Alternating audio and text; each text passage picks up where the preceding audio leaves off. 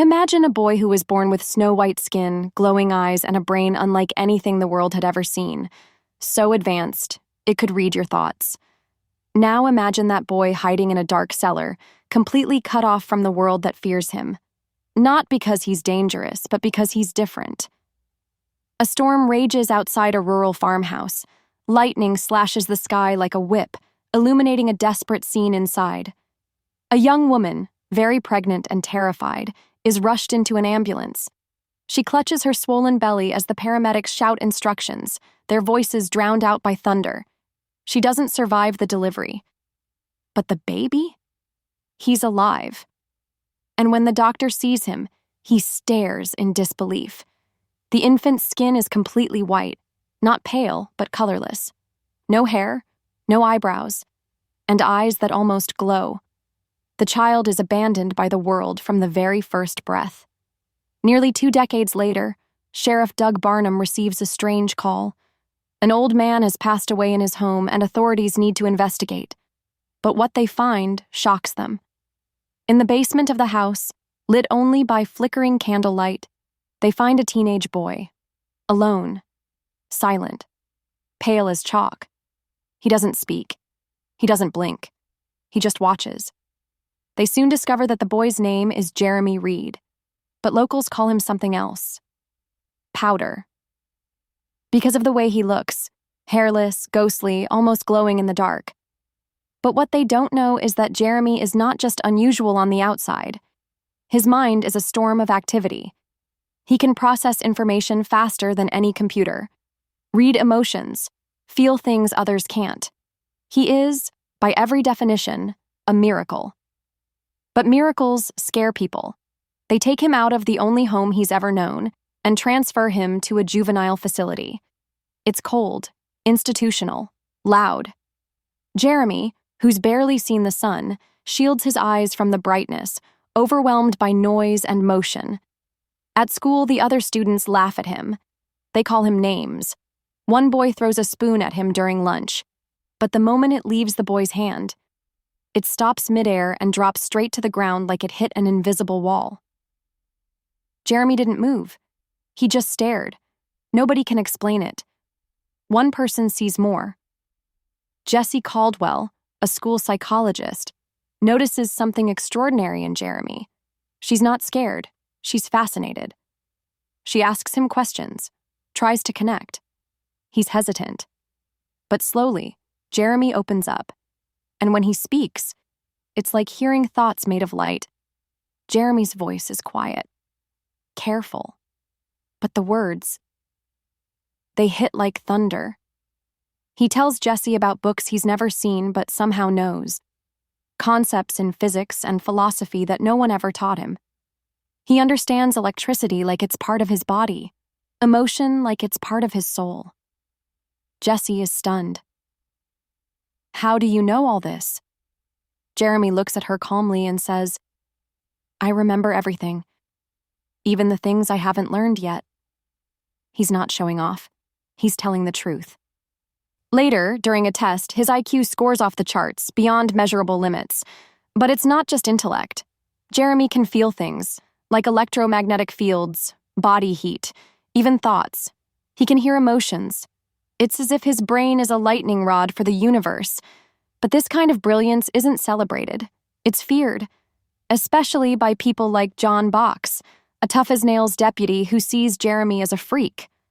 To him, Powder isn't a genius. He's a threat, and that fear festers into cruelty. At the juvenile home, Jeremy becomes a target. The other boys taunt him, shove him, throw things. One night, they sneak into his room and shave strange symbols into his scalp. But Jeremy doesn't fight back. He doesn't scream. He just stares. And something inside the lights flickers. The bulbs in the hallway explode. The air turns electric.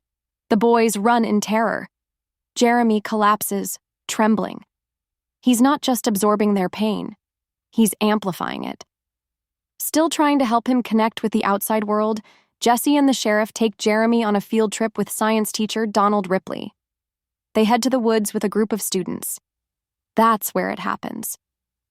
One of the boys, John Box's nephew, aims his rifle at a deer grazing nearby. Jeremy begs him not to shoot. "Please don't." But the shot rings out. The deer falls. Jeremy rushes to the dying animal, kneels beside it, and places his hands on its body. His fingers tremble as he makes contact. Suddenly, the boy with the rifle gasps. His body seizes up. His eyes go wide.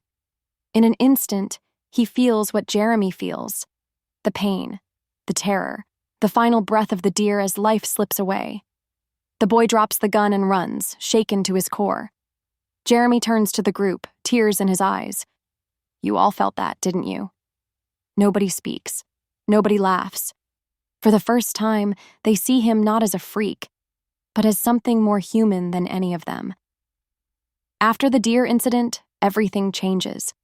Some of the students now look at Jeremy with a strange mix of awe and unease. Like he's not just a person, but a window into something far beyond their understanding. But not everyone is moved. Deputy John Box becomes more aggressive. To him, Jeremy is unnatural, some kind of ticking time bomb. He doesn't believe the stories about empathy or energy. All he sees is a pale, quiet kid who scares grown men. And fear makes people dangerous. One afternoon, Jeremy walks into the sheriff's office while John Box is alone. The room gets still. Jeremy doesn't blink. He looks straight at Box and says, "You're afraid of me." Box smirks, pretending not to care. But then, Jeremy steps closer and begins to speak his thoughts out loud. Word for word, every violent urge, every buried trauma, every scream he's never let out. Jeremy pulls it all out of Box's mind like he's reading a diary. Box backs away, white as chalk. "You think you're strong because you hide from pain," Jeremy whispers. "But I feel it. All of it." Then, just like that, he walks away. Donald Ripley, Jeremy's science teacher, is one of the few who sees the boy's gift for what it truly is. He sits down with Jeremy under a tree one evening and asks the question nobody else has dared. "Are you human?" Jeremy looks at the stars. "I'm what you could be," he says, "if you stopped being afraid." Ripley nods. He doesn't understand it all, but he believes it. Jeremy smiles, and in that moment, it's like watching light in human form. Later, a classmate named Lindsay, kind-hearted, open, and curious, sits beside Jeremy in the library. She reaches out and touches his hand. It's the first time anyone's ever touched him without fear or judgment. He gasps. Images rush into his mind. Her childhood memories, her favorite songs, her first heartbreak, her hopes, her fears. And she sees his too. She doesn't pull away. For once, Jeremy isn't alone. Word spreads. Jeremy's no longer just a mystery. He's a force. A boy who can move metal without touching it. A boy who makes you feel your own soul when he looks at you. But instead of being embraced, he becomes even more of an outsider. People fear what they can't control. They don't see his kindness, his pain, or his potential. They see a threat. And that fear is about to lead to something unimaginable. Jesse brings Jeremy to a hospital, just for a visit, to get him out of the facility. But while walking past a room, he stops. Inside, a man lies in a coma.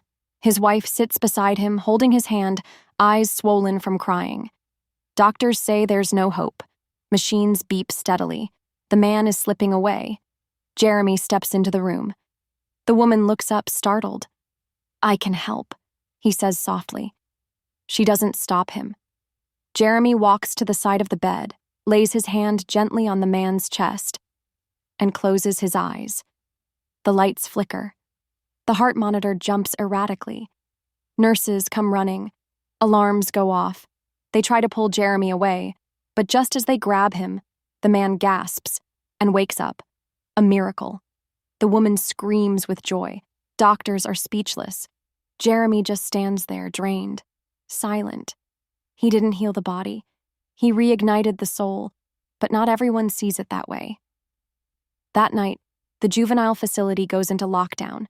They say Jeremy's powers are dangerous, unpredictable, that what happened at the hospital could have killed someone. They're not trying to understand him anymore.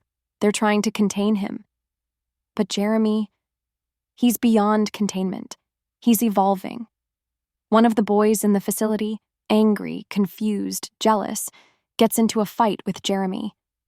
He punches him, pushes him, tries to humiliate him in front of others. Jeremy doesn't retaliate. But suddenly, the ground begins to hum. Metallic objects fly from their shelves. A chair lifts off the floor. The lights burst in a shower of sparks. And for one brief moment, everyone in the room feels what Jeremy feels. Every emotion, every wound, every ache for connection. And then, silence.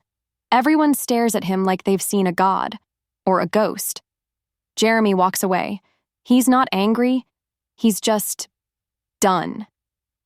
The facility tightens its grip. Security guards now follow Jeremy wherever he goes. Jesse and Ripley plead with the administrators, beg them to let him live a normal life. But bureaucracy is louder than compassion. All they see is risk. They don't want a miracle. They want silence. One night, Jesse finds Jeremy standing alone, barefoot in the grass, staring up at the sky. There's a sadness in his eyes. And something else. Resolve. "You're leaving, aren't you?" she whispers. He nods slowly. "There's nothing here for me anymore. I thought maybe I could teach them something. Maybe help them feel what I feel, but they're not ready." Jesse wipes a tear. "But I'm not ready to lose you." "You never had to keep me," he says gently. "You just had to see me. And you did." They hug. For a long, silent moment, there's nothing but the sound of crickets and the soft thrum of the earth beneath their feet. Jeremy walks through the halls of the facility one last time, past the boys who once bullied him, past the staff who feared him. Some try to speak, but words fail. They feel it too, that something is ending. Ripley, Jesse, and even the sheriff, quiet now, humbled, stand in the field as Jeremy steps out into the open. The wind picks up. The sky turns darker. Lightning ripples on the horizon. Jeremy looks at each of them. Everything. Everything is connected, he says. We're not just people. We're energy, and energy never dies. He turns to Ripley. "You believed in me. That's all I ever wanted." And then, to the sky. He lifts his hands. The clouds twist. The air vibrates.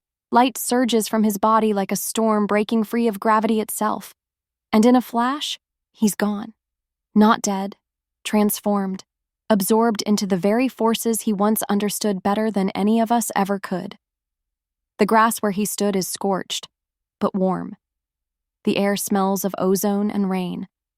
Ripley kneels and places his hand on the earth. Jesse looks to the sky. Something has changed. In the wind. In the trees, in them. Jeremy didn't just disappear. He became something larger, a pulse that still echoes through the people he touched. And maybe, just maybe, he left behind a world slightly more aware, slightly more alive. Powder wasn't a monster. He wasn't a miracle. He was a mirror, reflecting our fears, our cruelty, but also our potential. And in losing him, we saw what we could become.